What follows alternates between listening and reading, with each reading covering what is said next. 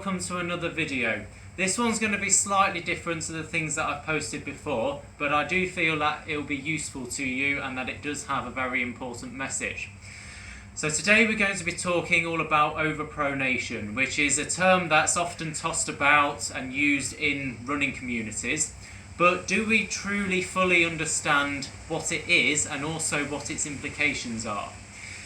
Overpronation does tend to have a bad name because it does often get blamed for pretty much every injury under the sun in some way, shape or form. And often even the experts are guilty at times of doing this. And while overpronation can sometimes cause injuries, it is only a very small risk factor for developing them. So this can obviously prove very detrimental when actually trying to find out what the real culprit for the injury actually is. So therefore, I'm going to use this video to walk you through the topic so you can understand more about overpronation and so that you can understand why it's important to critically analyse everything that you hear and read. So what exactly is overpronation? Well, pronation is a natural rolling in of the foot that occurs in the first half of the stance phase. So we land and then we roll inwards with our foot like so. And it's a natural occurrence which is designed to dissipate load. Overpronation, on the other hand, is when we do too much of this movement, whatever that might actually be. So to help illustrate the point I'm trying to make regarding the vast amount of injuries previously linked with overpronation, here's a list of injuries and conditions which it can potentially cause. And I was able to compile the majority of these in just a few minutes after a quick search scouring the internet. And much of this was posted by experts in the field, so physios, etc. Now, there's clearly a lot on there, and I'm obviously not going to cover all of them. And for the most part, I'm not going to comment on whether or not these links are accurate. However, the point I want to emphasise is that there are a lot of things that people try to blame overpronation for, when actually in many cases the research evidence is pretty weak. And this is certainly the case for some of the things on the list. Therefore, I'm going to give you 3 examples from the top of this list, so plantar fasciitis, calf strains and calf tightness, and IT band syndrome. 3 very common running ailments, as I'm sure you'll agree. However, before I do that, I feel it's important for you to understand the difference between a correlation and a cause and effect relationship. Here's an example to explain this important difference. A correlation means that there is some sort of relationship between 2 factors. Let's call them A and B.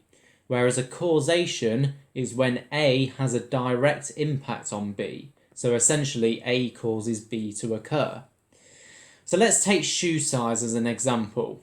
If we were to do a study looking at the effects of shoe size on level of academic ability in children and young adults, then we'll probably find a pretty close link between those 2 variables, which would look quite linear on a graph like this. So as shoe size increases, academic ability also increases. This would most likely reach statistical significance.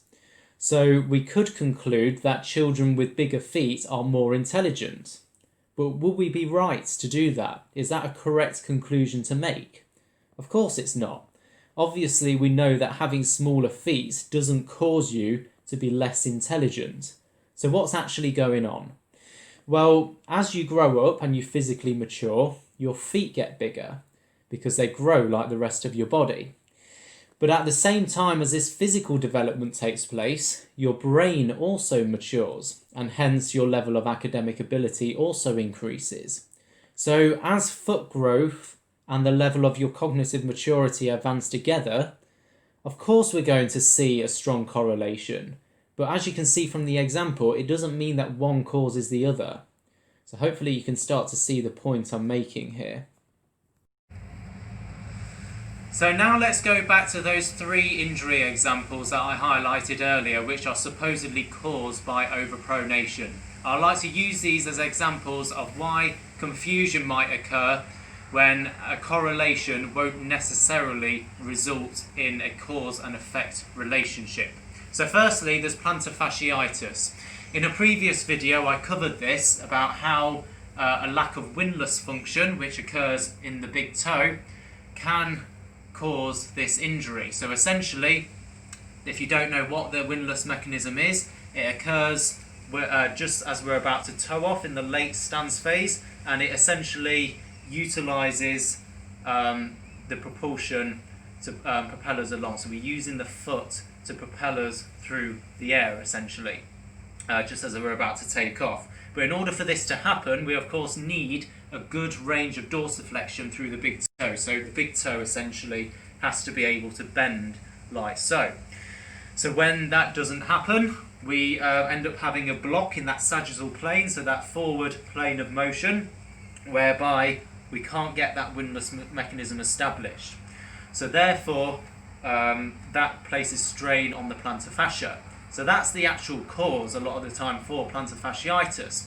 However, in order to compensate for this lack of sagittal plane motion, we tend to compensate around, and we actually pronate inwards in order to get around that sagittal plane block. So we actually do the pronation through the transverse plane instead in order to compensate. So it's essentially a compensatory mechanism. So as you can see, people with plantar fasciitis are very likely to overpronate, but it's not the overpronation that causes a plantar fasciitis. In this case, it's more the lack of windlass function. A similar thing happens with a calf strain, or if you have calf tightness. Overpronation doesn't cause your calves to be tight. It's actually the other way round, where the tightness in the calves cause the overpronation in the first place. Because again, if we don't have this dorsiflexion range through the ankle joint, okay, so for example, if we've got tight calves, which can be caused by a lot of things, such as a lack of core stability, could be tight hamstrings, or it could even be your method of foot strike. But whatever the cause is, if we've got this tightness in our calf muscles, we're not going to be able to transfer our weight over into that sagittal plane. So again, we might get a bit of an arch collapse in order for that movement to go any further, but also we're going to get that compensation through the transverse plane as well. So we're going to essentially compensate for what's going on just here. Finally, we need to also consider our more proximal factors, so what goes on around our hips. So I mentioned many times about this idea that IT band syndrome can be caused by a lack of glute stability, so particularly glute medius. This allows the knee to collapse in, so we get this knock-knee motion. So essentially, the glute switches off, the core switches off, we get this internal rotation of the femur, so the thigh bone. That allows the knee to collapse in, but at the same time as all this going on, we're going to get an internal rotation through the tibia bone, and then that's going to cause us to overpronate as well. So again, you could wrongly interpret that as overpronation causes IT band syndrome, when actually it's more of a proximal issue going on. So hopefully you can start to see where I'm going with this. So in those three examples, the common denominator was that the overpronation was a symptom of the condition. But if we try and treat the symptoms like this, we're going to miss the bigger picture. Now, I've put this slide in really just as a bit of fun, which will hopefully make you laugh a bit, but will also highlight the serious message that I'm trying to convey. There's some correlations here that I managed to find which are completely ridiculous, but nevertheless they do reach statistical significance. The first one, for instance, showed that the divorce rate in Maine correlated very closely with per capita consumption of margarine. Now, what's going on there? Does increased intake of margarine cause you to fall out with your partner and get a divorce? I find that hard to believe, but they do still correlate with each other, obviously purely out of complete coincidence. Here's another one. The amount of cheese people ate correlated very well with the number of people who died from becoming tangled in their bed sheets. I find people dying from that to be absolutely staggering, but nevertheless, apparently some people do. So, should we do a study to find out whether or not there's something in cheese which makes us more susceptible to this? Or again, is it a complete coincidence? Finally, the number of people who died in a given year from drowning after falling into a pool correlated very closely with the number of films that were released in a given year starring Nicolas Cage. Again, how can that be anything other than a complete coincidence? So you get the idea here, and of course we can laugh at these, and we wouldn't seriously believe these sorts of ridiculous correlations going on. So why do we take this same sort of approach seriously when it comes to our practices? That I do find laughable, because our so-called knowledge about overpronation and the effects it has is mostly based on either correlational studies or just what we observe in others in our own practice. So, for example, just because a client overpronates, it doesn't mean to say that that caused their calf strain. Overpronation is something that a lot of people do, so of course we're going to find these correlations to other things.